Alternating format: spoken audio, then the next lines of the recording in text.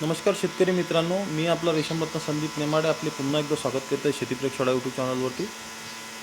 मित्रांनो, मी बरेचशा व्हॉट्सअप ग्रुपवर बघितलेलं होतं की बरेचसे शेतकऱ्यांना, नवीन शेतकरी आहेत, त्यांना रेशीम उद्योग करायचा आहे, पण सुरुवात कोणत्या ठिकाणून करायची याची माहिती थोडंफार त्यांना मार्गदर्शन मिळावं याकरता मी आजचा व्हिडिओ टाकत आहे. तर नमस्कार, मी आहे आपला रेशमरत्न संदीप नेमाडे, राहणार अडगा बुद्रुक, तालुका तेल्हारा, जिल्हा अकोला. तर सुरुवात करू आपल्या आजच्या व्हिडिओला. तर मित्रांनो, नोकरी आजच्या काळात भरपूर नोकऱ्या कमी झालेल्या आहेत. शेतकऱ्यांचे मुलं नोकरीला लागलेले नाही आहेत, असे ते हताश झालेले आहेत. पण मित्रांनो, माझा काय अनुभव सांगतो की नोकरी नाही मिळाली तरी आपण सुखी जीवन कसं जगू शकतो या बाबतीत माझा अनुभव मी शेअर करतो. तर आताच मला एक असा अनुभव आला की जो तुमच्यासोबत शेअर करणं नवीन शेतकऱ्यासाठी एक प्रेरणादायी ठरू शकतो.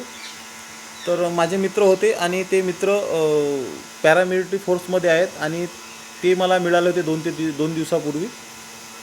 तर आमची चर्चा झाली. तर मी त्यांना सहज म्हटलं की तुम्हाला 8वा वेतन लागू होणार आहे. तर मला त्यांनी म्हटलं की 8वा वेतन लागू होऊन पैसा जरी वाढणार आहे, पण आम्हाला जो वेळेचा तुटतोडा आहे तो कधी भरून निघणार नाही आहे. तर मी त्यांना सखोल माहिती विचारली. तर सखोल माहिती विचारल्यानंतर मला असं कळलं की जरी तुमच्याकडे पैसा असला तरी तुमच्याकडे वेळ नसला तर तो पैसा तुमच्या काहीच कामाचा नाही आहे.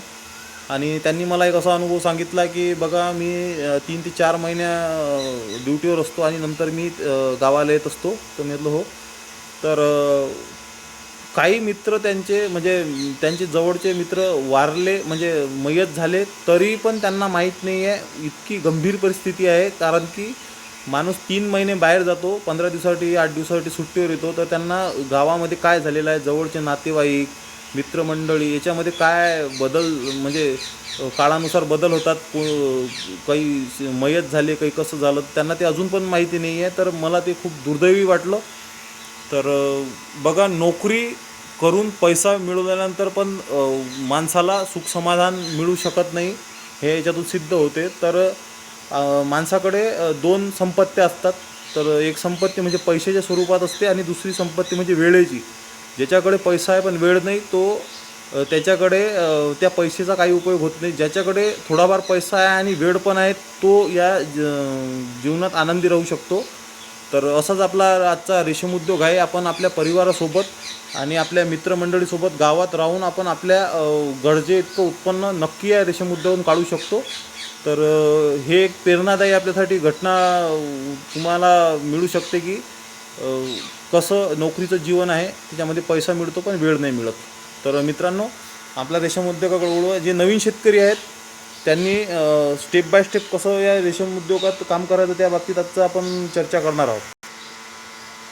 तर मित्रांनो बघा, तुम्ही नवीन आले असेल तर आमच्या चॅनलला सबस्क्राईब करा. आम्ही अशाच प्रकारचे नवीन नवीन शेतकऱ्यासाठी व्हिडिओ आणि जुन्या शेतकऱ्यासाठी जे यांत्रिकरणाचे व्हिडिओ आहेत ते टाकत असतो.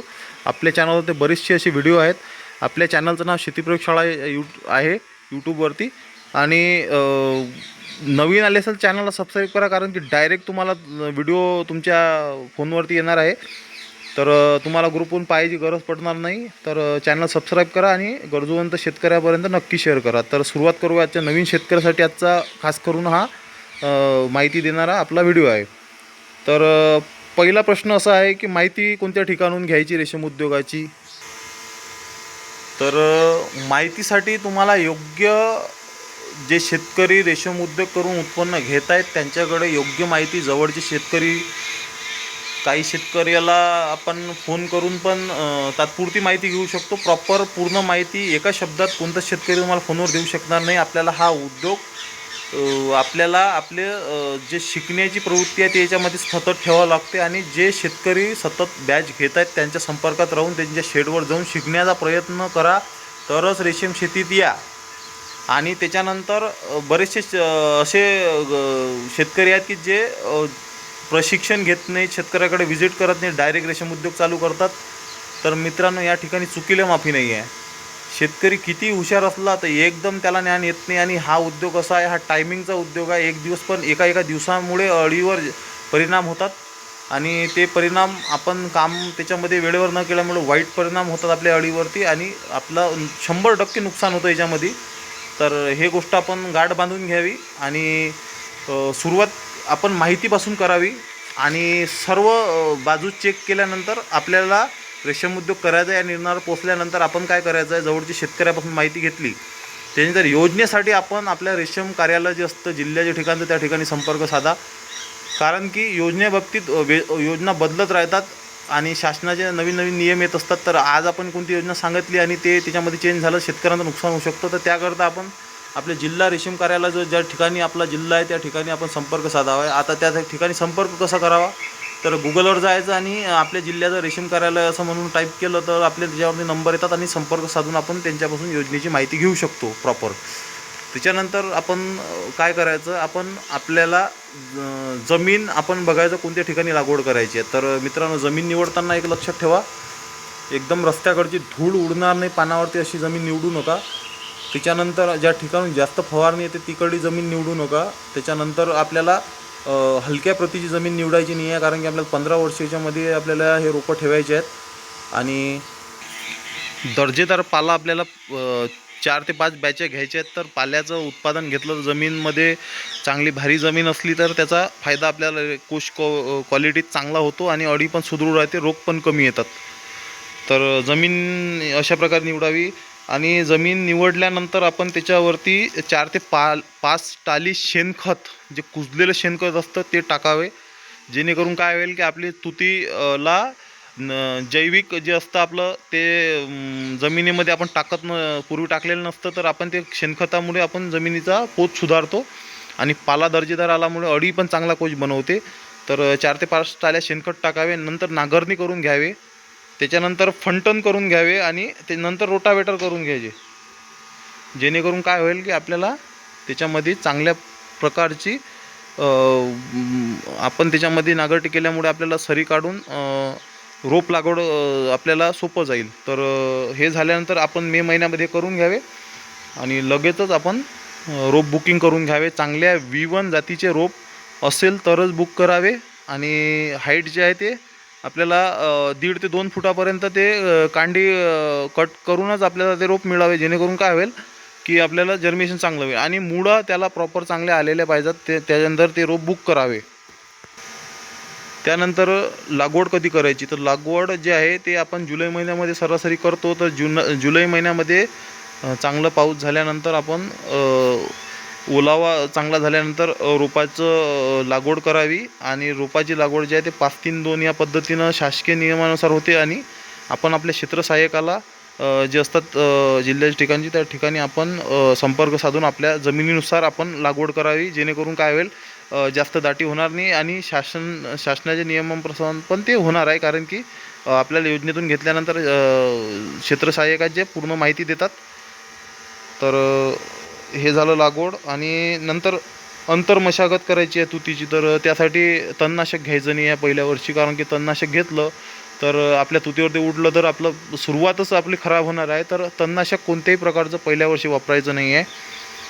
त्याच्यानंतर त्याच्यामध्ये अंतर मशागत करायची आहे, जोडीची पाळी मारायची आहे, रोटावेटर करायचं आहे आणि निंदन करायचं आहे. तर पहिल्या वर्षी हे आपण सुरुवातीला हेच करायचं आहे. नंतर त्याला एक जमिनीनुसार जे खत आपल्या जमिनीमध्ये रासायनिक द्यायचं आहे ते आता मी 10-26 दिलं होतं.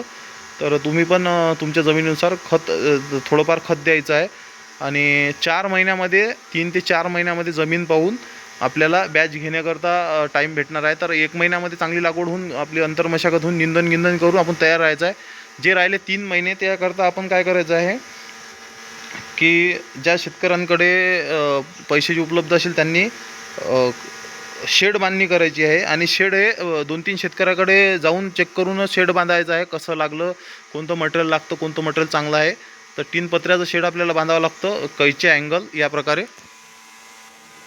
आणि सोबतच ह्या रॅका पण तयार करून घ्यायच्या आहेत, बघू शकता. आता हे जे शेडाचं माप सांगतो मी तुम्हाला, तर शासकीय नियमानुसार आपल्याला 22x50चं शेड पाहिजे. तर मित्र हो, ते लहान होते शेड आपल्याला बॅच घ्यायची असली तर आपल्याला कमीत कमी 25x60चं शेड बांधायचं आहे.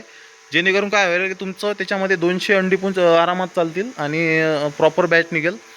तर 25/60चं शेड बांधायचं आहे आणि शासकीय नियमानुसार कमीत कमी 22/50चं शेड चालतं एका एकरसाठी. तर एका एकर लागवड आपली झाल्यानंतर, चांगलं जर्मिनेशन झाल्यानंतर तुतीवरती शेड बांधकाम चालू असताना तुतीचं पण आपल्याला चांगलं संगोपन करायचं आहे. त्याच्यावरती बुरशीनाशकचा एक फवारा घ्यायचा आहे सुरुवातीला लागवड झाल्यानंतर एक 15 दिवसांनी, आणि 22 टीन नाहीतर मग साप बुरशीनाशक पावडरचा फवारणी घ्यायचा आहे. आणि फवारणीचा पंप हा नवीन घ्यायचा आहे, कारण की जुन्या पंपाने फवारणी करू नका. वीजबाधा डायरेक्ट त्याच्यामध्ये झाडामध्ये एंटर होऊ शकतं. तर बुरशीनाशक मारल्यामुळे आपलं जर्मिनेशन चांगलं होते.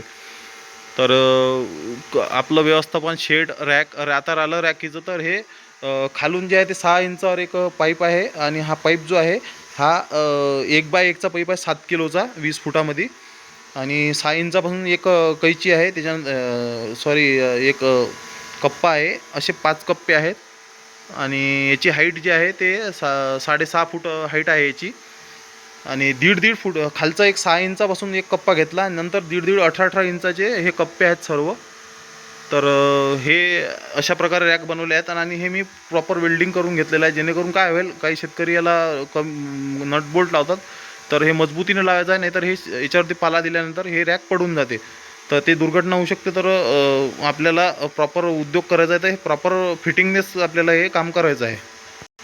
तर शेड बांधणी झाले, रॅक झाले. त्याच्यानंतर आपल्याला मित्रांनो जवळचे जे शेतकरी असतात त्यांच्या बॅचा चालू असतात, जो 1 महिन्याचा कालावधी पडतो. त्याच्यामध्ये बरेचसे 2-3 शेतकऱ्याकडे जाऊन तुम्ही शिकण्याचा प्रयत्न करा. शिकल्यानंतरच हा उद्योग चालू करा, प्रशिक्षण घेतल्यानंतर, शिकल्यानंतर. आणि 1 महिन्यानंतर तुम्ही बरंचसं तुम्हाला माहिती होऊन जाते. तर चांगल्या प्रकारची चॉकीधारकाकडून घ्या आपलं पाला 3 ते 4 महिन्यात झाल्यानंतर. आणि एका एकरावरती सुरुवातीला 100 अंडीपुंजच घ्या, कारण की शेतकऱ्यांना अंडीपुंजच्या बाबतीत माहिती नसतं 100 अंडी म्हणजे किती. तर मित्रांनो, जसं पॉकेटवर लिहिलेलं असते की 100 अंडी म्हणजे 55,000 अळी, तर प्लस मायनस त्याच्यामध्ये होऊ शकतं, 5,000 अळी लॉस होऊ शकते. तर 50,000 आपण कमीत कमी पकडून चालू. तर 50,000 अळी असते, तर 50,000 अळी, ती दिशाला खूप छोटी आहे अळी. हे बघा तुम्ही आता, हे 3ऱ्या मोल्टवर अळी येणार आहे. तर हे दिसते छोटी, पण हे खाते खूप जास्त. आणि शेतकरी काय करतात, सुरुवातीला कमी पाला देतात, नंतर पाला त्याला कमी कमी देतात आणि कोश क्वालिटी घसरते. तर या गोष्टीचं लक्ष ठेवा.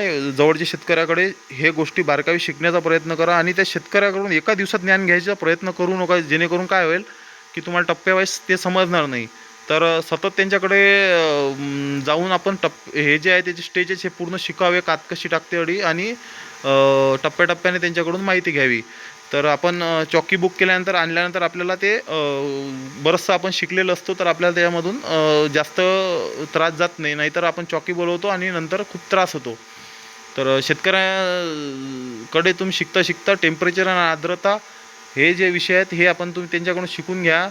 तर टेम्परेचर किती पाहिजे, तर 27-28 डिग्री तापमान, आणि आर्द्रता जी आहे ते आपल्याला 50 ते 70पर्यंत आर्द्रता पाहिजे, त्याच्यापेक्षा कमी आर्द्रता ठेवायची नाही.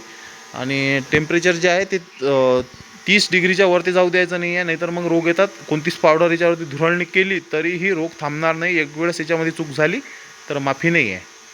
तर या गोष्टीकडे लक्ष द्या. आणि त्याच्यानंतर तुम्हाला थोडंफार माहिती झालेली असते, तर तुम्ही चंद्रिका कशा टाकायच्या, मोल्ड कसा असतो, कात कशी टाकते अळी, तर हे कोणती पावडर मारायची आहे. तर असे छोट्या मोठ्या माहिती आपल्याला प्रॅक्टिकली त्या ठिकाणी शेतकऱ्याच्या शेतावर जाऊन थोडं काम करून बघा.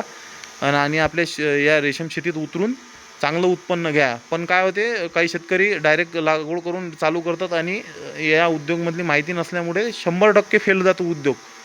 तर त्या गोष्टीकडे लक्ष असून रेशीम उद्योग उतरा. तर आजची माहिती तुम्हाला कशी वाटली तर हे कमेंटमध्ये लिहा. आणि चॅनलला नक्की सबस्क्राईब करा, कारण की चॅनल सबस्क्राईब केल्यामुळे तुम्हाला डायरेक्ट व्हिडिओ मिळणार. आणि माझा उद्देश जो आहे शेतकऱ्यांना साक्षर करायचा, तो त्याच्यामधून साध्य होईल. तर भेटू पुढच्या व्हिडिओमध्ये. नमस्कार शेतकरी मित्रांनो.